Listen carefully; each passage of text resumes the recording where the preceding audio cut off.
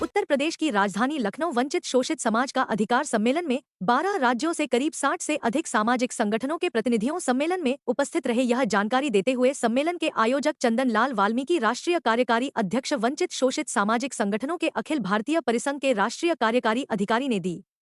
श्री वाल्मीकि ने कहा, समाज के अंतिम छोर के सामाजिक, आर्थिक, शैक्षणिक, राजनैतिक हिस्सेदारी से आरक्षण के लाभ से वंचित समाज अपने अधिकारों के लिए एक होकर संघर्ष करने की लखनऊ के auditorium Atal Bihari Vajpayee scientific convention centre में चर्चा कर अपनी बेहतरी के लिए रणनीति बनाएगा। वंचित समाज की जातियों वाल्मीकि, हेला, धानुक, डोम, डोमार, लालबेगी, हलालखोर, रावत, भुइयांग, हरी, बांसफोर, मुसहर, धरकार अपने अधिकारों के लिए लखनऊ से विभिन्न सामाजिक संगठनों, एनजीओ, ट्रेड यूनियन, धार्मिक संगठन के प्रमुखों ने एकजुट होकर उत्तर प्रदेश से शुरुआत की है। अपने सामाजिक, आर्थिक, शैक्षणिक, राजनैतिक और आरक्षण में हिस्सेदारी के लिए वंचित समाज को एकजुट किए जाने की कवायद लखनऊ से शुरू हो रही है। चंदन लाल वाल्मीकि ने कहा, आदरणीय उप मुख्यमंत्री ब्रजेश पाठक जी आज हमारे कार्यक्रम में आए थे और आज हमने वंचितों के अधिकारों की बात करी है, अपनी कुछ समस्याएं, सामाजिक समस्याएं और जो खासतौर से आरक्षण का वर्गीकरण जो सुप्रीम कोर्ट का ऑर्डर हुआ है और उसमें दो ऑर्डर हुए हैं। एक तो सुप्रीम कोर्ट का आरक्षण का वर्गीकरण का हुआ है और दूसरा जो है ठेका और सफाई कर्मचारियों के जो 12 मासी काम है उसका भी एक ऑर्डर हुआ है। तो उन दोनों के लिए आज हमने जो है ये कार्यक्रम आयोजित किया है, जिसमें 12 राज्यों के लोग और करीब 72 संगठनों के लोग, इसमें सारे लोग शामिल होकर बैठे हैं और उन्होंने अपने अधिकारों की चर्चाओं पर बात। कोर्ट का आदेश हुआ है, ये पिछले 20 साल से चल रहा था आरक्षण के वर्गीकरण को लेकर, और इसमें जो 7 जजों का फैसला आया है उसमें उत्तर प्रदेश ही नहीं बल्कि भारत सरकार ने भी अंदरूनी हम लोगों की मदद करी है और ये मदद हम वोट के रूप में भी इनको बदलेंगे। मंच पर कौन उपस्थित था?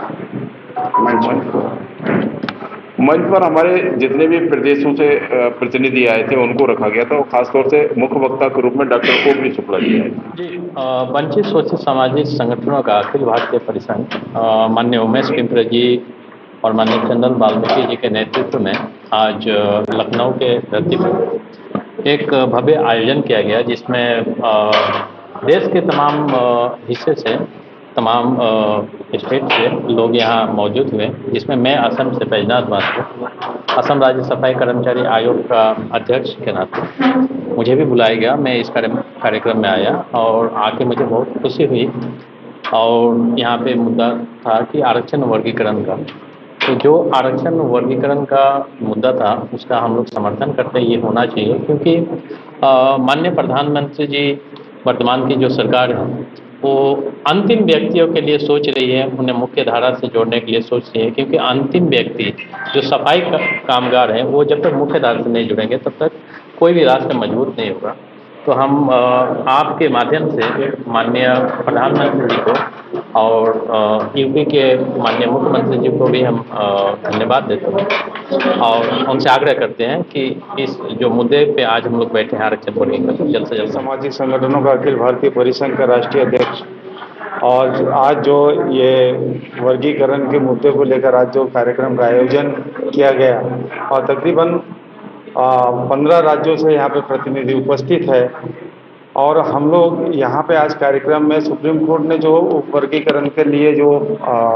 अपना निर्णय दिया, तो सुप्रीम कोर्ट को धन्यवाद प्रेषित करते हुए हम लोग देश भर की सभी राज्य सरकारों से निवेदन कर रहे हैं कि अपने अपने राज्यों में सुप्रीम कोर्ट के आदेशों का पालन हो और सभी जगह, सभी प्रदेशों में आरक्षण का वर्गीकरण लागू हो, ऐसा हमारा आज का प्रयास है। उत्तर प्रदेश की धरा लक्ष्मणपुर, वर्तमान लखनऊ में हम सब देश के करीब 26 राज्यों से प्रतिनिधि सभा है। इस प्रतिनिधि सभा में हमारे लोकप्रिय डिप्टी साहब पाठक जी का यहाँ पे पदार्पण हुआ उनके द्वारा,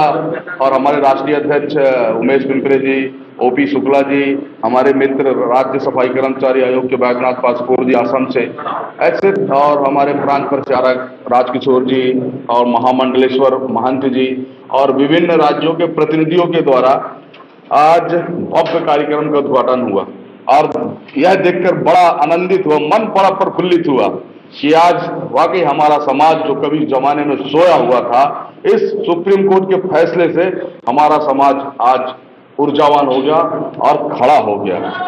और ये महादलित परिसंघ का युवा विंग का राष्ट्रीय अध्यक्ष होने के नाते हम यहाँ पे एक बढ़िया सा योजना बनाएंगे और आने वाले समय में हम पूरे मध्य प्रदेश हो चाहे उत्तर प्रदेश या देश के प्रत्येक जिलों से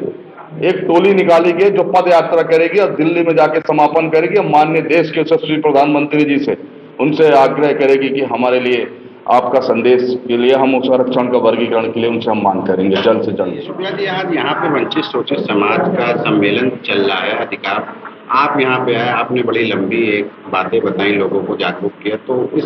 जो काफी लंबे से आपका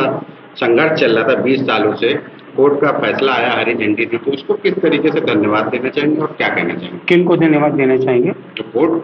कोर्ट को तो हम धन्यवाद देंगे कि उन्होंने इतने लंबे अरसे के बाद एक पहली बारी वंचित समाज को न्याय मिलने की बात कही है सुप्रीम कोर्ट ने, तो पूरा वंचित समाज जो पूरे देश का समाज जो उसका आभार है सुप्रीम कोर्ट का। समाज को क्या मैसेज देना चाहेंगे, किस तरीके से? समाज को तो देखिए, समाज को तो सीधा सीधा मैसेज ये है कि अब आरक्षण मिलने के आपको संभावनाएं नजर आने लगी हैं। अब उसके लिए आप आगे आइए। और एक देखिए, उसके लिए आरक्षण मिलने के लिए बार बार एक बात आती है, हम पढ़ते लिखते नहीं। आरक्षण पढ़ने के लिए समाज को तैयार होना पड़ेगा। आरक्षण का लाभ लेने के लिए पढ़े लिखे लोगों को, बच्चों को बाहर निकालना होगा, तभी आरक्षण का लाभ मिलेगा, वरना आरक्षण मिलने का कोई अर्थ नहीं रहता है।